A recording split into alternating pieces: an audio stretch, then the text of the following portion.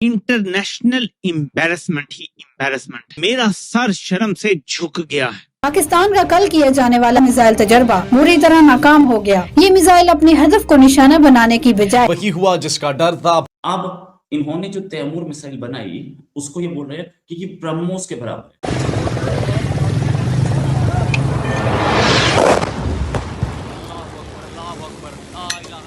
हमारी ब्रह्मोस टेस्टेड है। ब्रह्मोस टेस्टेड ही नहीं है, हमने ऑपरेशन सिंदूर पर ब्रह्मोस ही मारी थी। आप एक में ब्रह्मोस को डिटेक्ट नहीं कर पाए। ये सबसोनिक स्पीड पे चल रही है, ये तो आराम से डिटेक्ट हो जाएगी। तैमूर मिसाइल कागज पर दमदार दिखती है, प्रेस रिलीज में शानदार दिखती है, लेकिन जमीनी सबूत कमजोर है। नेवी का बड़ा वो जिक्र करते हैं कि अगला सिंदूर 2.0 हम सी से खोलेंगे और इंडियन नेवी का कोई मुकाबला ही नहीं है। सबसे पहले है पानी का मसला। 4 दिन की जंग ने, लेकिन इसका हमें नुकसान ये हुआ कि सिंध तास मुआहदा बदस्तूर मुअत्तल है और पानी हमारा बंद है। क्या पाकिस्तान और चीन की दोस्ती खतरे में है? चीन बहुत कुछ पाकिस्तान को बता रहा है। इसाक डार चीन में क्यों पहुंचे हैं? सबसे पहले तो ये जो मुल्ले हैं ना, ये हमारे सबसे बड़े दुश्मन। ये जितने नए डैम बन रहे हैं ये हमारे लिए मौत का परवाना है। लेकिन जो चाइना है वो पाकिस्तान से डू मोर का मुतालबा करता है। चाइना पाकिस्तान को ये कहता है कि हम इन ऑपरेशन के जो रिजल्ट आ रहे हैं हम उनसे सेटिस्फाई नहीं हैं। जंग होती है जैसे, तो जंग की तरफ इशारा नहीं आपको महसूस होता कि अगर जंग होती तो जंग इज ब्लड बाथ। नमस्ते दोस्तों, जय हिंद। हिंदुस्तान स्पेशल में आपका स्वागत है दोस्तों।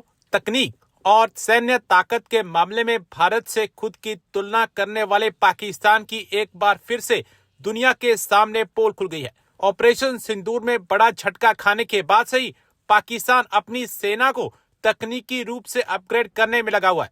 इसी सिलसिले में पाकिस्तान वायुसेना ने 3 जनवरी को अपनी स्वदेशी Taimur air launch cruise missile का टेस्ट किया, जिसे राष्ट्रीय गौरव तक बताया गया था। हालांकि ट्रायल के दौरान कुछ ऐसा हुआ जिसकी वजह से अब पाकिस्तान की खिल्ली उड़ रही है। तैमूर मिसाइल के आए वीडियो से पाकिस्तान के झूठे दावे की पोल खुल गई है और मिसाइल अपने टारगेट से चूक गई।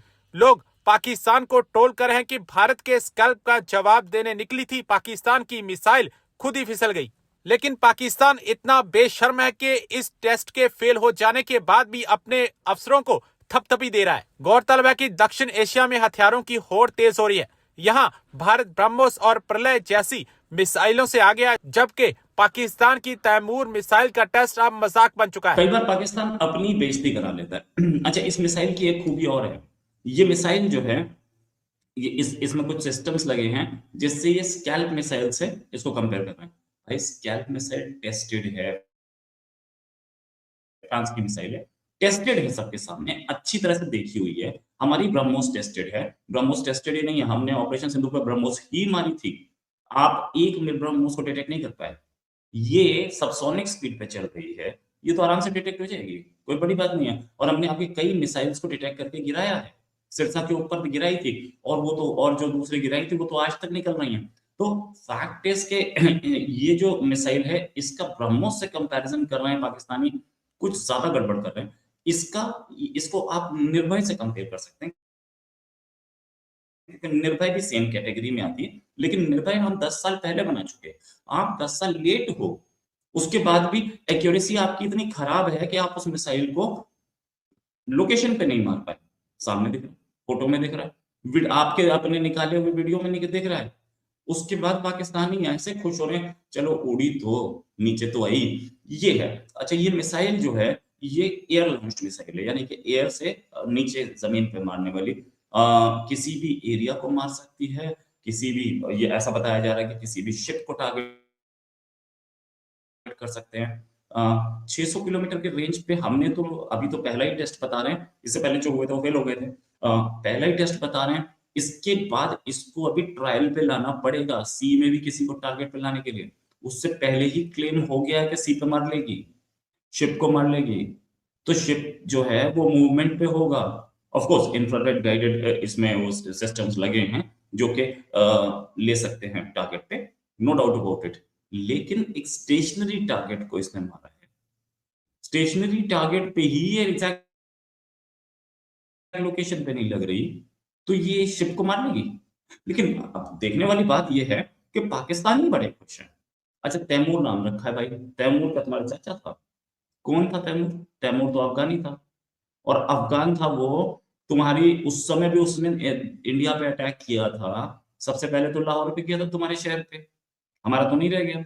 अच्छा, उस समय वो लोग हिंदू थे, अब मुसलमान हो गए तो तुम ये समझने लगे कि नहीं लाहौर हमारा नहीं है। अच्छा, दूसरी चीज ये भी कि अफगान तो अब भी तुम्हें मार रहे हैं। टीटीपी कहाँ से मार रही है? तालिबान कहाँ से मार रही है? तो तैमूर तब भी तुम नाम रख रहे हो, पिछले 2 साल में ही रखा है ना नाम, पिछले 2-3 साल में, तो तुम्हें तब से ही तालिबान तुम्हें मार रही है, टीटीपी मार रही है। तब भी तुम अपनी आर्मी के शहीद जो मारे जा रहे हैं, जिनको तुम शहीद बोल रहे हो, जन्नत वसाल बोल रहे हो, उनको मारने वाले लोगों के नाम पर रख रहे हो, अफगान के नाम पे। क्यों भैया?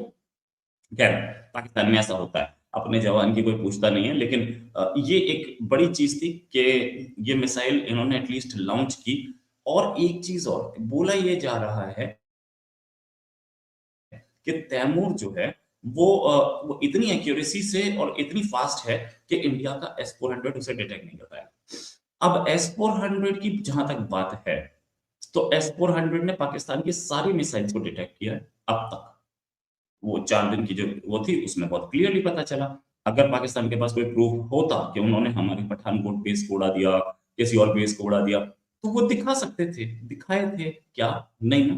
तो ये है कि पाकिस्तान के पास इस समय तक ऐसी कोई मिसाइल है नहीं जो इंडिया टारगेट कर ले। क्या पाकिस्तान और चीन की दोस्ती खतरे में है? चीन बहुत कुछ पाकिस्तान को बता रहा है। इसहाक डार चीन में क्यों पहुंचे हैं? ये वो खबरें हैं जिन पर कोई बात नहीं कर रहा, लेकिन हम बात करेंगे। अस्सलामुअलैकुम, आज तारीख है 4 जनवरी 2026 और मैं हूं रज़ा अब्बास। आपसे दरख्वास्त के वीडियो को लाइक और चैनल को सब्सक्राइब जरूर कीजिएगा। 2013 के बाद का ही हिसाब रख लीजिए कि जब पाकिस्तान के अंदर CPEC आया तो 63 अरब डॉलर इसकी मालियत रखी गई, लेकिन अब बढ़कर कुछ माहिरीन के मुताबिक 80 अरब और कुछ रिपोर्ट्स के मुताबिक 90 अरब डॉलर तक इसकी मालियत जा चुकी है। मगर सवाल अब भी बाकी है कि CPEC क्या पाकिस्तान को वही कुछ दे चुका है कि जो पाकिस्तान तवक्को कर रहा था, या फिर बलूचिस्तान और खैबर पख्तूनख्वा के लोग जो तवक्को कर रहे थे कि CPEC के आने के बाद मकामी लोगों को रोज़गार मिलेगा, पाकिस्तान की मईशत दुरुस्त हो जाएगी और पाकिस्तान के अंदर जो माशी तौर के पर अदम इस्तेहकाम है ये एक इस्तेहकाम के अंदर तब्दील हो जाएगा। क्या ऐसा कुछ हो चुका है? नहीं, ऐसा हमें ज़ाहिरी तौर के पर तो नज़र नहीं आता। तो इसमें कसूर किसका है? पाकिस्तान का कसूर है या चाइना का कसूर है? देखिए, मामला यहीं से बिगड़ा हुआ है।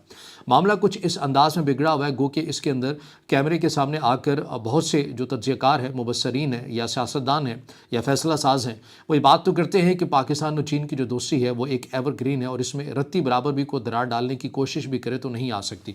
बिल्कुल ठीक बात है, अभी तक बिल्कुल ऐसा ही है और आगे ऐसा ही होना चाहिए। हम भी ऐसे ही तवक्को करते हैं। लेकिन क्या मामला इतना ही सीधा है? नहीं, थोड़ा सा पेचीदा मामला भी हो चुका है। लेकिन कैसे पेचीदा हुआ है? देखिए, चीन इस मामले के ऊपर कंसर्न है